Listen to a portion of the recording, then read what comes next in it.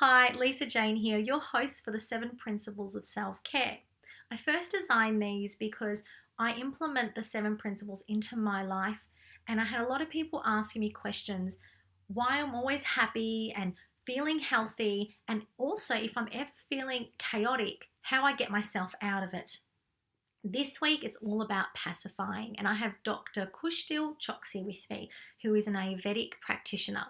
What's going to be fantastic about this is one of my major subjects that I love to teach but also implement into my life. We're going to look at how to pacify imbalances within the mind, the body, and spirit. So let's bring her on and start this discussion. Hello, Khushdil. Thank you for joining me. It's great to see you. Hi, Lisa. Thank you so much for giving me an opportunity to come here and introduce myself at the Ayurvedic Talk. Yes, and you are my golden person to talk about the principle of pacifying. Khushdil and I, we met 4 years ago, and I'm on this amazing journey of holistic health for self-care. And when I met Khushdil, she opened my eyes to understanding what pacifying means on a deeper level when it comes to your mind, body, and spirit.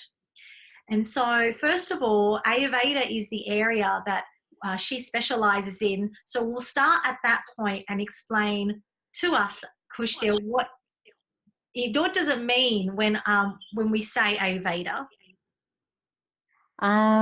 First of all, the word Ayurveda, it's like because of the Sanskrit and it's spelled Ayurveda. So we just pronounce it Ayurveda. Actually, the word is Ayurveda. So, and Ved is, everyone knows, most of the people that Ved belongs to India. So Ved is like a olden culture, the textbooks of blah, blah, blah. But the thing is, why this connection, Ayurveda or holistic science, has come from the Vedas? So there is a little story behind that. When people comes in existence, like as a human being, they go here and there, and they started to build a house and stay into house. They are not roaming around on the earth. They just try to settle down at one place, and that was a big mistake. They just settle down, they build a little house, they just settle down, start growing like farming and things to own the food and things, and that's where the problems comes in existence, physically, mentally, and other as well. How does this all problems comes in existence? The wise people from that era comes under one tree, and they just make a discussion like how we do discussion now. They said, oh, everywhere, wherever we go, I am hearing that physical issues, mental issues are always there. People are becoming more and more sick. Why is that so? And something we have to conclude, or we need some ways to come out of it. And that's where the question answering comes in existence. They just, a wiser person give advice that you should follow these things in your routine life. You should follow this way. You do some yoga, you do some this, how you eat, how you sleep, how you do, like that type of things. And that all concluded part called Ayurveda. Wow, yeah, that's amazing how it all came about, because the way I've learned is through books, and nowhere in Yes. text explains that. It just explains that it is a holistic wellness system. Yeah. And yeah, so your way of explaining it makes sense of how And this one is, millions of years ago. yeah, and this one is like more than 5,000 years ago. So it's and it's back to in that centuries, they written this all things. Initially, it was like someone is asking, and the guru, the spiritual master or the master of that particular area, giving answers. And word of mouth, this tradition called word of mouth, Guru Shishya Parampara, and that's where it comes to a human being. One person is getting all the knowledge and passing to other. In that way, there's all different modalities, like how we have nowadays in modern science, that some are the pediatricians, some are the psychologists, some are the GP, some are the surgeons. So everyone is spread out in a different areas. Just like that, in that era as well, they discussion the discussion happened in this way, and they just conclusion, everything is concluded. That's why it's called Ayurveda. It's not a medicinal science. Ayu means life. Ved means knowledge. So nowhere it mentioned it's a medicinal science. It's called holistic wellness, well-being. Beautiful. Yes. So I always refer it to knowledge of life and longevity, because when you implement the practices, that's when you truly do understand. And I keep saying Ayurveda, but I'm still learning. Every time I see Khushdil, I try and pronounce it the way she does. But yes, I'm from the Western world. No, absolutely fine.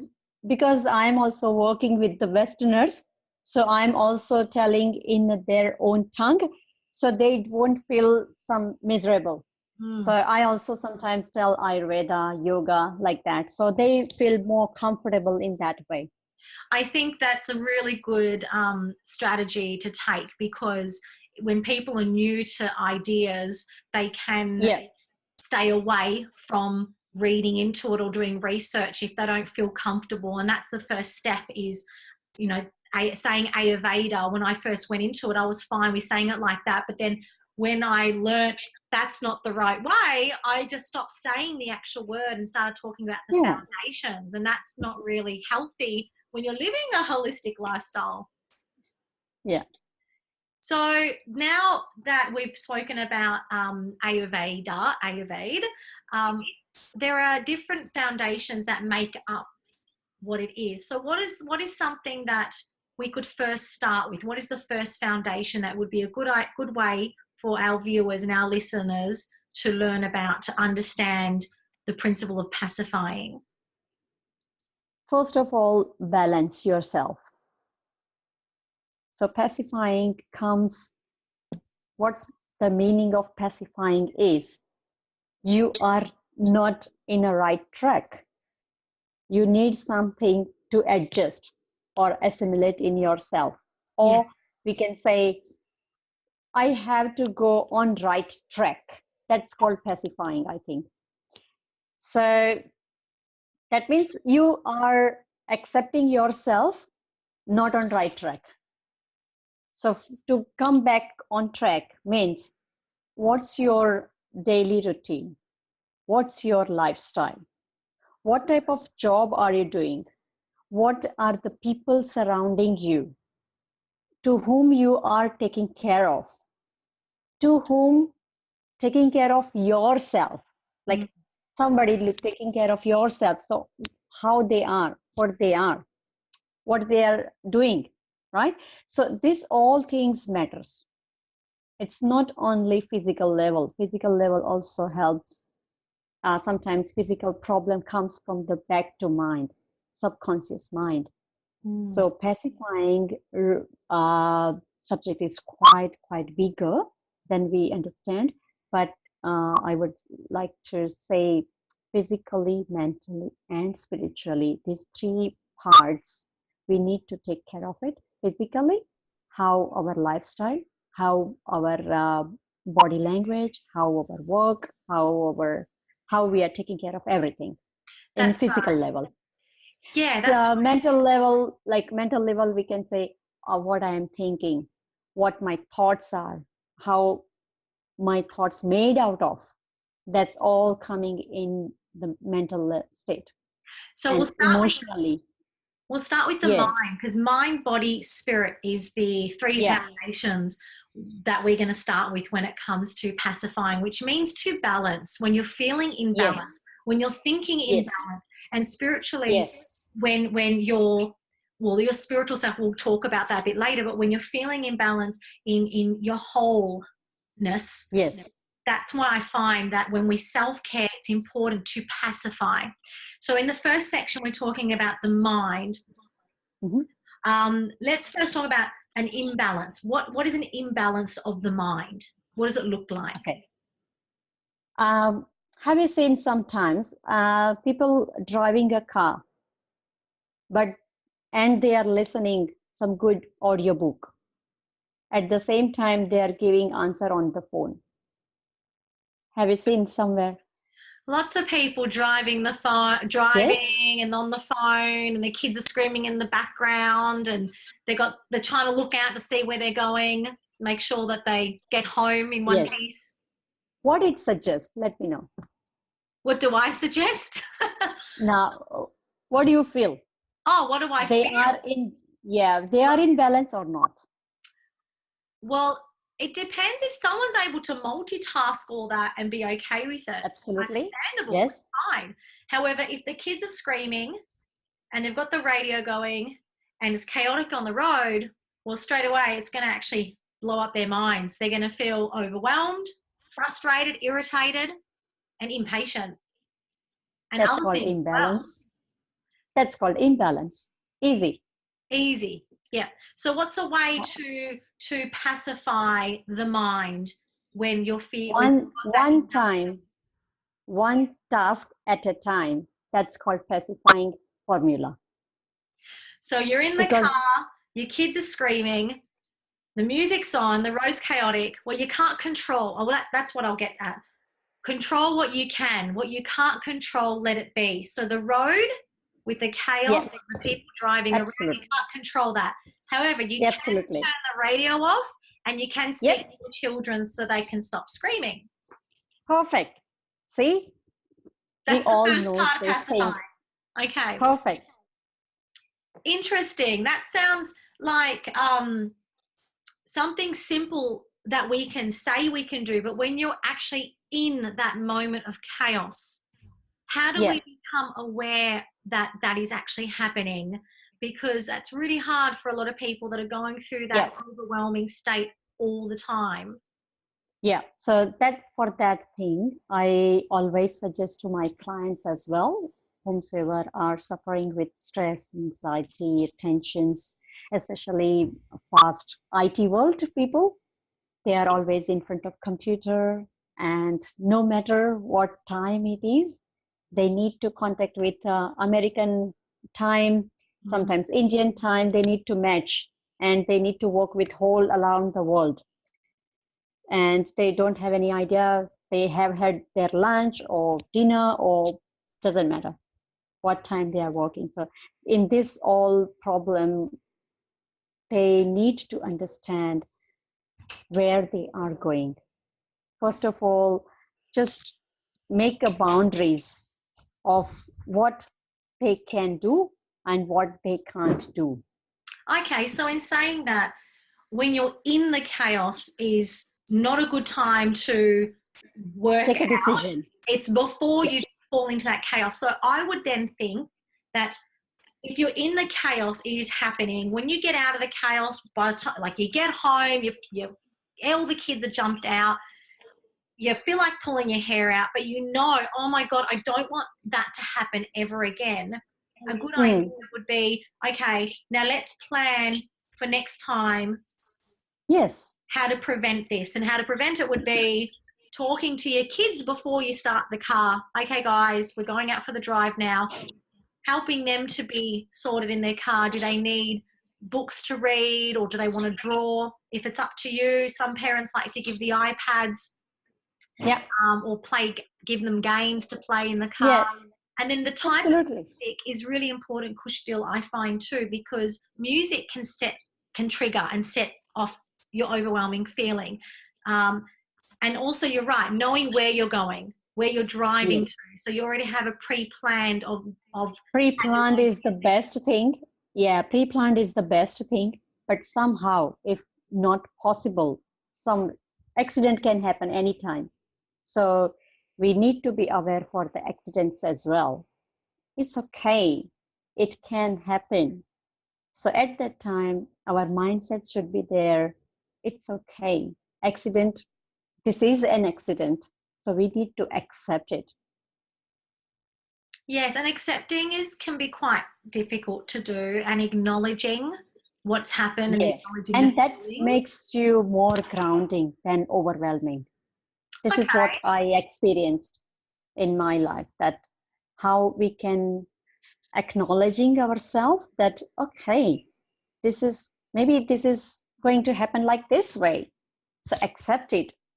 And then it's suddenly your mind is bit grounding, and that where you can start thinking, okay, now what next?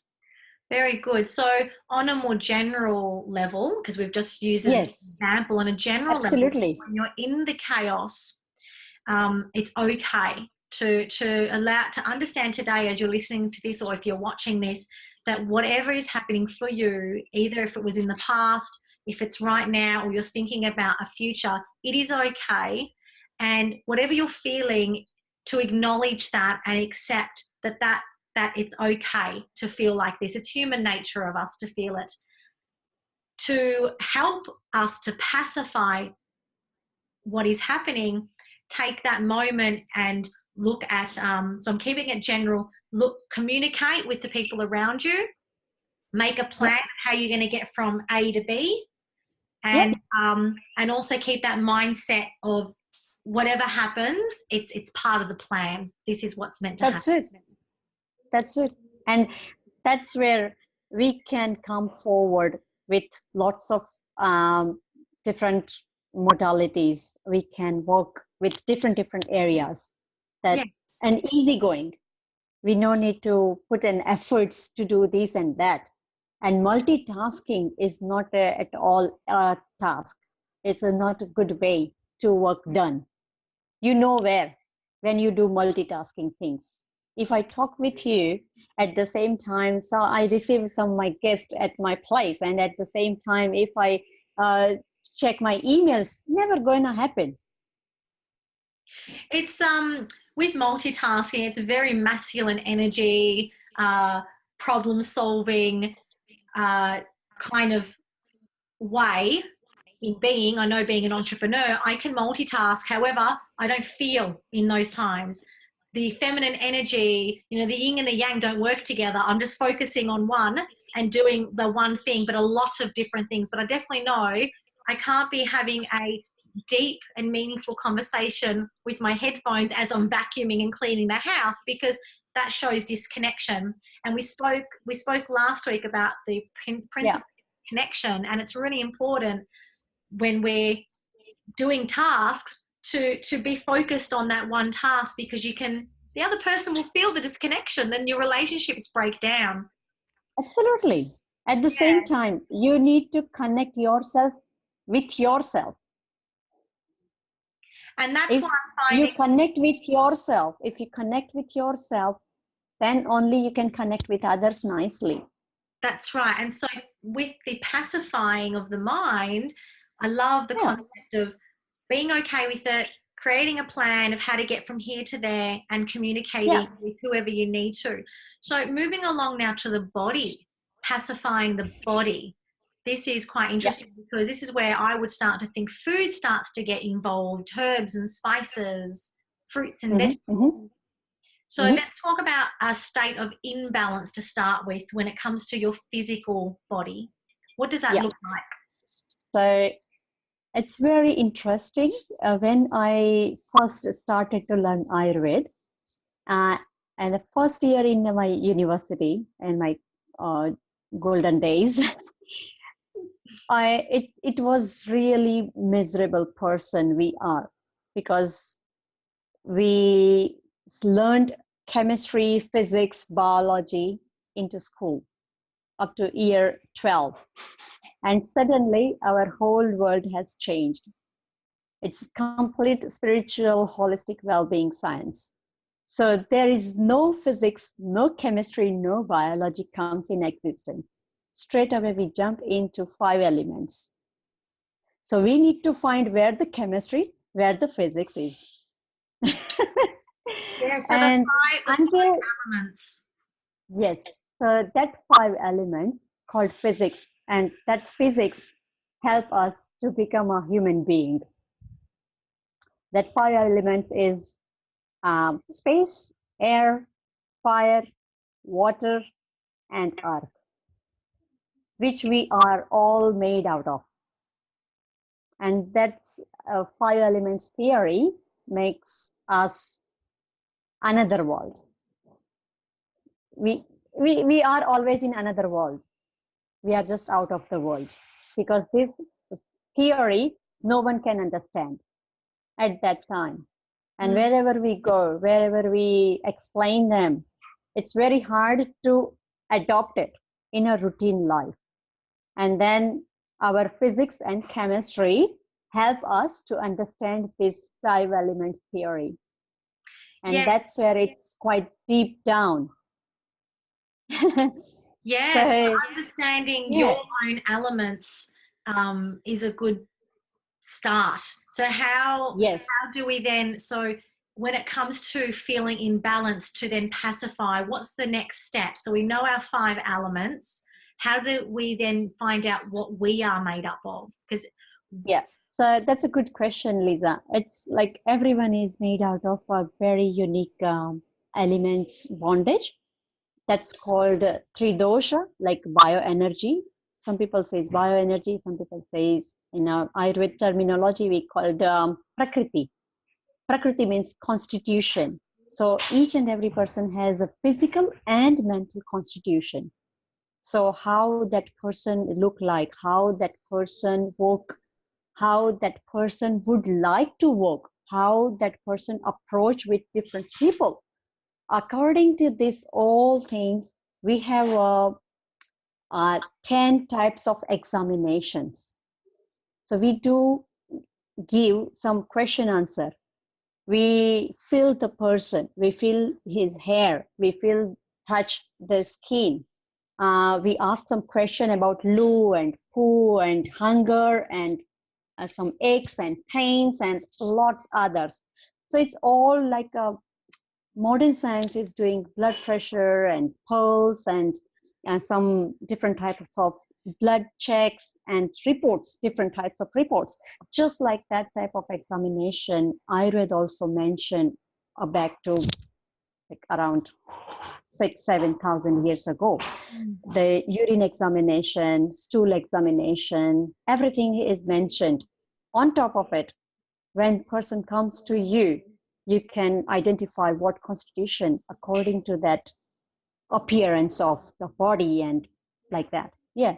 So try to identify like that way. And I would suggest that if you would like to know what your constitution, rather going on Google and ask Google, jump on internet and do the analysis, constitution analysis. I know lots of forms are there. You fill in the forms and they send you email that, oh, congratulations, you have done this and you are this type of constitution, and they keep sending you different types of foods and how to follow this season and that season. It's not gonna work at all. I totally agree with you. There are so many questionnaires out there that when I first got into this over 10 years ago, it would always come up different all the time because every of the companies have different kind of questions. Yes. When I studied it 2 or 3 years ago intensely, I have these 100 questions. At least there's like 100 questions to ask. And the pulse reading is really important as well, and depends on if your legs are crossed or if you're lying down, sitting up. It always changes, depends on what's happening in that day as well. So I think the best way, if people are watching and want to know what your dosha is, I'm going to put a link up for you to make an appointment with Khushdil, because she'll be able to run it through and work it out with you what your dosha is, and then at least then you know what you are, who you were created to be, because that's your dominant. For me, I've got my dominant, but it's sometimes if I'm in balance, other doshas start to play in, and then Yeah. there's ways to pacify with foods to bring yourself back to balance. So Yeah. can we talk about that next step now, Khushdil? Is Sure. how does food do that? How does food pacify our Yeah. emotional? So as I said, how our body made out of 5 elements. Not only our body, in this universe, each and everything made out of 5 elements. How amazing. It is. So So all food and what we drink, everything we can consume is made up of those elements. not even everything. You can just turn around and there is I think a salt lamp behind you. That salt lamp also made out of 5 elements. Just Yes. thing is, there is earth element is quite higher, and that's why you can physically touch it, you can feel it. But if you put it into a water, what happened? That salt going to melt. So what's in there? Water going into water, right? Exactly. So Yeah. then, yeah, and then when you give some fire, you are putting that things on top of the fire, it's going to evaporate. That means it's dissolved as like a air. And once it's going into air, you can't see it. So it's just mixing with the space. So in that way, each and everything on this earth, on this universe, made out of 5 elements, just a little bit ups and downs are there. Yes, and even like in Just like that.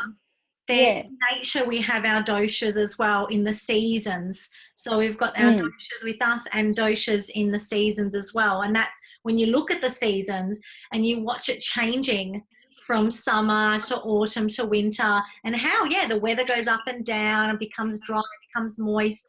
We are just the same as what seasons are. So yeah, Yeah. So just like that, our food is out there made with the taste, how we can feel it with the taste, definitely. Chili is spicy.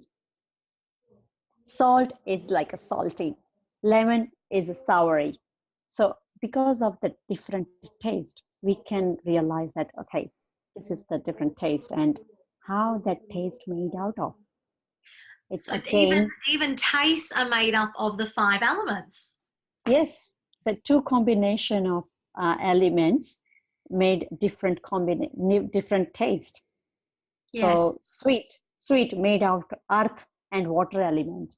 So if you are very bulky, very huge, why people are saying no for the sweet? Because earth and water mixed together become muddy. Muddy is like a thick, and it's not gonna work together. You need to fire, put the fire, so water can eliminate and earth become a separate, and that earth element is very lighter like a dust, right? So Yeah. just like that, when we want to lose the weight or weight management program, never use sweet, sugar, basic element. Well, if we're looking at a type of dosha for people that are overweight, generally would it be, if earth and water are the elements that they have a lot of, which dosha is that for the earth and water? There, there is a couple of misunderstanding is also there, Lisa, because we can see balloon with air also become a bigger, Oh, okay. right? So either it's heavy or light. And other thing is you can make a balloon bigger with putting water instead of air. That's also become a bigger. So which balloon is heavier? Air one or water one? The water is heavier. Definitely water is heavier. Just like that, we need to find out first that weight management program is working for the sweet side, like earth and water is higher or air is higher, because both has a complete opposite treatment, complete opposite pacifying rules and regulations. So if I think that earth and water, I am higher in earth and water, and I need to try not to have a sweets, definitely I end up with bigger body, because it's increasing air in my body. Yeah, so we can't just say anyone that's overweight is one type of dosha, because Absolutely not. later it could be the other dosha. So it's just the Absolutely. same with if you are an athletic person and you're thin but you're always angry, you wouldn't say that, oh, you've got a lot of fire in you, because you don't know. It might be a mental thing and it might be more air.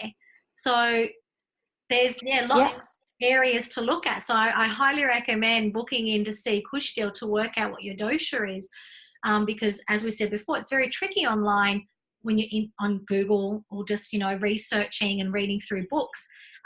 It took me, I'll be honest, it did take me a little while to really understand what my dominant dosha is, because like I said, there was a lot of questions and some days I felt different to other days. So then when you're talking about pacifying with the spirit, this is really interesting for me, because we did speak about this, and it's really wonderful to know, how do we then balance and to help our spiritual self be grounded? It's a beautiful question, Lisa, because in Western world, most of the people knows that spirit means spirit. They Like are not like seeing them. ghosts and religion, Yes, like ghosts and religion. yes, yes. So in Ayurveda, form of spirit is called Atma.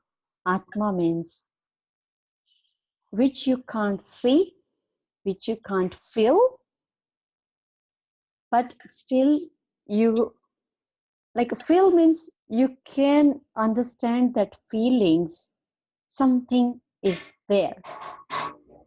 But if I want to give a perfect example, there is a story which I always keep in my mind, of a 2-year-old boy. One day, sitting just in front of the house, and there is lots of people are taking the dead body to cremation. And as you know, the Hinduism believes in bury the body after death. So that people are taking that dead body to bury. All right. And the 2-year-old boy asked his father why these people are carrying this other person. They said, oh, he is died. He already dead. And that's why they are taking him to bury. So 2-year-old boy says, but why? That person is not going to burn himself? How they are putting him in the fire? And they said, once person died, they don't feel anything. So feel comes when you have a senses. And senses are works when they are connected with the organs. Senses and organs behind that. Why that senses are there? Just because of that spirit is there. If that spirit is not there, senses and organs never work. Okay, so when you say that, when we feel really sensitive with our touch, but also feel sensitive with our emotions, is that what you're talking about? Is that linked together as well? When we're feeling highly, no, okay. As I said, who am I means, and me and myself. So this is my hand means my hand. Then who am I? Who me? So that's the difference. If I understand that me, myself is different than my body, then definitely I don't get any problem with anything. Whatever happened in my life, it's happened with this body. Say, for example, I got a problem. Say, for example, someone got a cancer, right? His body get a cancer, not himself. So Right? the imbalance would be is when people start to actually take it on. They start to take it on too much that it's they're not their spiritual self. Yes. That they're taking it on them. They're taking it on too much on themselves, and that's where the overwhelming part comes into it, and everything starts to become chaotic because they're not separating their spiritual self from their body. Yes. Interesting. And that's where the healing starts. That's where healing starts. As soon as we realize that our spiritual self, our body, and even our mental self is all different. Yes. Interesting. You're blowing me away. So in my mind, I'm thinking now about how do you pacify your spiritual self? Well, it's not just focusing on the one, you got to focus on the three areas. So mind, body, and spirit, you got to do it all together. Yes. Yes. So going back to the start, when you gave that analogy of mum in the car, the kids are screaming, the radio's on, it's chaotic on the road. Yes. Mind, body, and spirit is all happening at that one time. And to pacify all the areas is not just focusing on the one. We need to make sure that we are pre-organizing ourselves. Yep. We also need to know what our dosha is so that we can pacify them with the foods. And then with our spiritual self, we've got to remember we are also ourselves. We're not just our body. We have our spiritual self as well. Yeah. Very interesting. So this area for self-care is quite big, but we can simplify it down. Yeah, by talking about it, because communication is very important. Yeah, yeah. So thank you so much, Lisa, giving me a chance to share this knowledge with you. And I hope whomsoever watching this video, they would like to apply these things into their life. And I hope they could enjoy their holistic life. Exactly. Thank you so much. I love living a holistic lifestyle. It's made my life a lot better now becoming a single parent.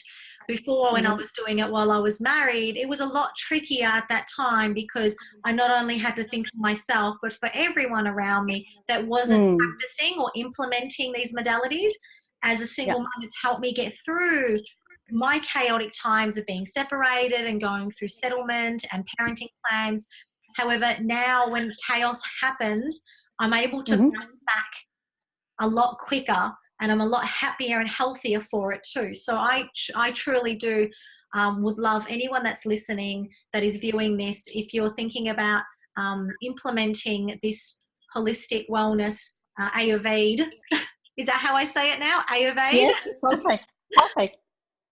Into your lifestyle to, start researching and understanding it, and where you can implement it into your life. You don't have to start straight away. Like for myself, it was just one little area. I started with the body and started looking at the foods and what the foods I should be eating. But today we've touched on mind and spiritual self, which works in harmony together when they become all balanced together when you work with them together. Yeah. Beautiful. Thanks again, Khushdil, for coming. I appreciate it. And I will put links up for Khushdil's Facebook page. So follow her. She has an amazing newsletter that she puts out once a month, sometimes twice a month, where you can learn more about this. And so if you're interested, you can log on in her Facebook page and there'll be an area there for you to sign up. Yeah. And I just started my new adventure in Melbourne CBD. So I am available once a week in CBD as well. So yeah, you can come and see me there too. Excellent. So what about for the people that aren't living in Melbourne? If they're interstate or overseas, how will they be able to reach you? They can just call me straight away, or they can jump on my website and book an appointment. Or if they would like more information, the best way to call me. Yep. So So I do can you, help you out with that. Yeah. do you use Zoom or Skype for the people that are overseas? Yes, I do. I am using a Skype for my client from India, America, London, and they are quite satisfied with that. So, and they just once on a track, they no need much help from the other doctors. They I know how to take care of themselves. Yeah, I will say, Western and Eastern, the therapies, when it comes to understanding yourself, you do start to not need, you don't rely on what you have been practicing in the past before you do yeah, start this journey of Ayurveda and implementing it into your life. That's what I yeah. love. And it's yeah, and it's not a one day journey. It's a lifelong journey. So, and nothing being happened one day. Just we know that Rome can't build in one day, just like that. So we need to continuous practice. Yeah. So thank you everyone for joining me, learning how to self-care, putting yourself first to prevent illness, disease and conditions using today's modality of pacifying. Take care everyone. Bye. Bye.